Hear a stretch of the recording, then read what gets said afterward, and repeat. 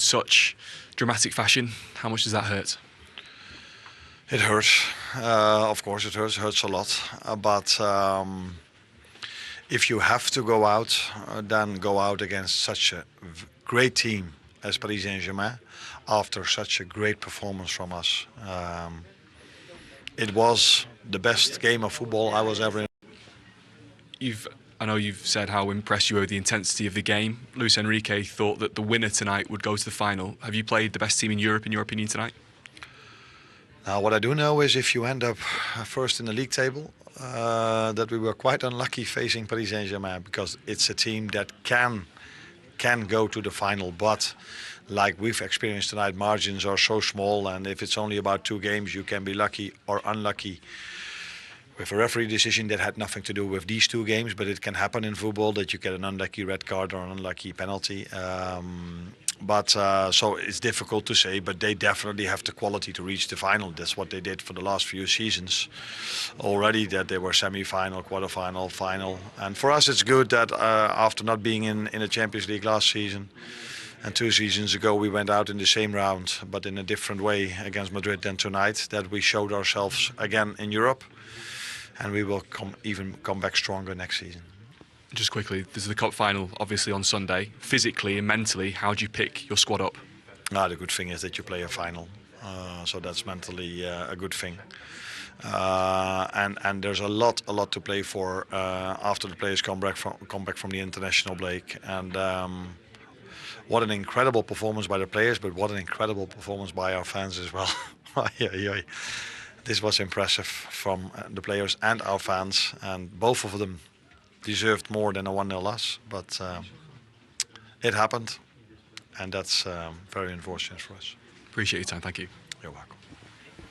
Arne Slot, quite positive really at the end of that after his players' performance, going out on penalties. It was a high-quality game, Karen. It was, yeah. I mean, going back to Arne Slot there, he's a manager that for me doesn't get too high or too low. He's pretty consistent in that, and I'm sure probably deep down he's devastated. But for the players and for obviously what's coming up for Liverpool in the weekend, you know, I like that balance about him. But yeah, it was a top-quality game, and he was spot on with the margins. You know, clearances off the line, hitting the post here, there, and everywhere. But ultimately went down to the penalty shootout, and PSG went through obviously tonight. But I think from the first leg, I thought Liverpool were quite lucky to still be in it at this point, but just unfortunate tonight. They started better tonight though, and Dembele got the goal for PSG, the equaliser that ended up leading to that penalty shootout. It was really their first chance of the game tonight. Yeah, against the run of play, Liverpool started really well, but listen, this just let him drop off too deep there. Konate and Van Dijk should be dealing with him. And again, he runs in a bit of a melee and he scores. This kid, 21 goals in 16 games. He's been incredible since the turn of the year. But this is what he does so well. Right foot, not a problem. Great way to pass. Times his run to perfection, puts the burners on there, gets something on it and dispatches it. But Liverpool, over the 2 legs, I don't think Liverpool or their fans can complain. The better team won. They're educated supporters. They know when their teams. Last week it was a smash and grab job. Tonight they performed better. So sometimes that can really sting, because they'll be thinking to themselves, if we did that last week, we may have put ourselves in an even better position if they'd have performed as well as they did tonight. But this lad, Ousmane Dembele, you know, when you talk about someone finding his home at a club, finding his comfort and producing, you know, he's had to play second fiddle to Mbappe, to Messi, to Neymar, big names, and it's never quite happened for him. But he's just put it all together, and he's looking like, again, we looked at Harry Kane, a Ballon d'Or. If PSG go and win this tournament, which I think they're very, very capable of, he could be a Ballon d'Or. It's spread out amongst 5 or 6 players. It'll all come down to who can get the job done in the Champions League. How much of that as well is finding the right manager? Because it's really been quite transformative for him under Luis Enrique. Yeah, I mean, I was reading a lot about him, how they're trying to... You mentioned the Ballon d'Or. That was a conversation they said to him at the start of the year. Look, if the team does well and you've got a great opportunity and you will be the leader in this. And obviously, I'm keen to know what he had for Christmas, what he ate over Christmas, because he's come back into 2025 absolutely superb. But yeah, there's definitely Luis Enrique's got the best out of him, but I do have to agree with Joe. Sometimes when the shadows of other people kind of go, you have to step up, and you can kind of hide and give the ball to those other players because they're the senior, the big stars. But actually now you have to step up, and Luis Enrique said that to him and dangled the carrot and various individual awards and said, well, go on, this is your time and you have the quality, and he's certainly showing it this season. What did you think of the chances that Liverpool had tonight? Frustrated.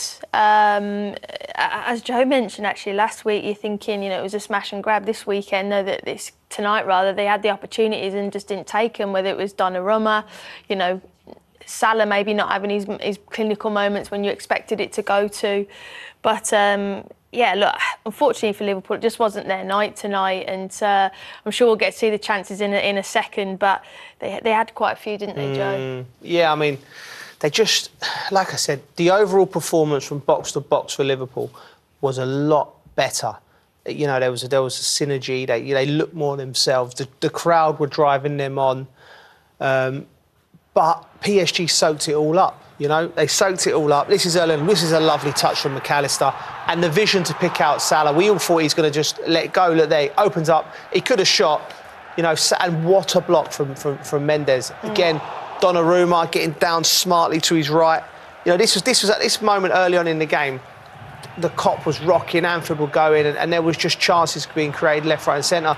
The blocks here, that's Pacho again. This is the difference in this PSG. I know we're talking about Liverpool's chances, but the difference in this PSG team is in stressful moments, they're calm. Even the goalie there, he's not tapping it into somebody, he's putting it into an area. They're dealing with set pieces. Liverpool had chances to win this game, no doubt. But over the balance of the course of the two legs, it would have to be a very, very,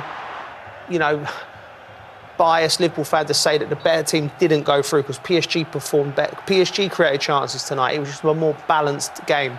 But I think the manager's right. I said that whoever wins this tie, I think you'll see them in the final. And I think PSG will get to the final. I think they're the best side I've seen left in the competition. Well, Arne Slot called them the most complete team after that first leg that they'd faced. And then it comes down to a penalty shootout. Obviously, Alisson in inspired form in that first leg, but Donnarumma as well is such a tough goalkeeper to go up against in a shootout. Look how big he is, though, Lindsay. He's absolutely massive. I was saying to Joe, I was behind the goal for the penalties in the Euros. And he's just massive. He's such a big goalkeeper, and it scared me. But look, it's unfortunate. I don't think Darwin was at his best tonight, so I was very worried when he stepped up. I thought in his game he wasn't great, and I felt for Curtis because he's been brilliant this season. And look, you're up against it then, and for them to do that at Anfield as well,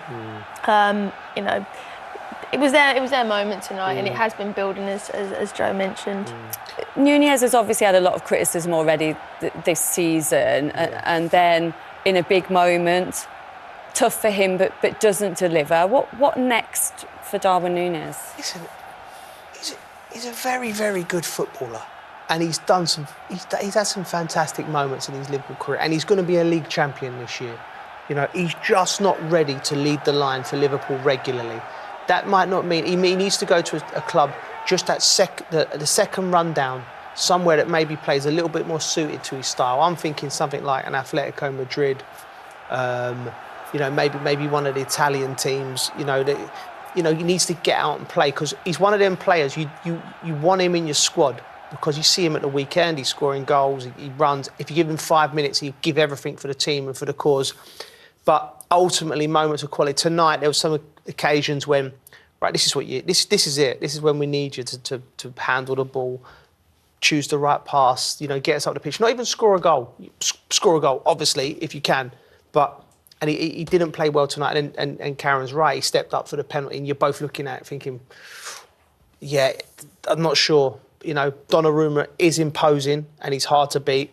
But for Darwin, I think his future probably lies elsewhere. But let's not forget, he's done a stellar job for this squad. He's just not ready to lead the line for Liverpool regularly. And the question now, I guess, is how that leaves Liverpool going into that cup final on Sunday against Newcastle. I'm sure you was very excited. Night tonight. I was very excited when it went to extra time. Linz wanted an extra time. Well, PSG through, and they will face either Aston Villa or Club Brugge. Villa in pole position there, 3-1 up. Do you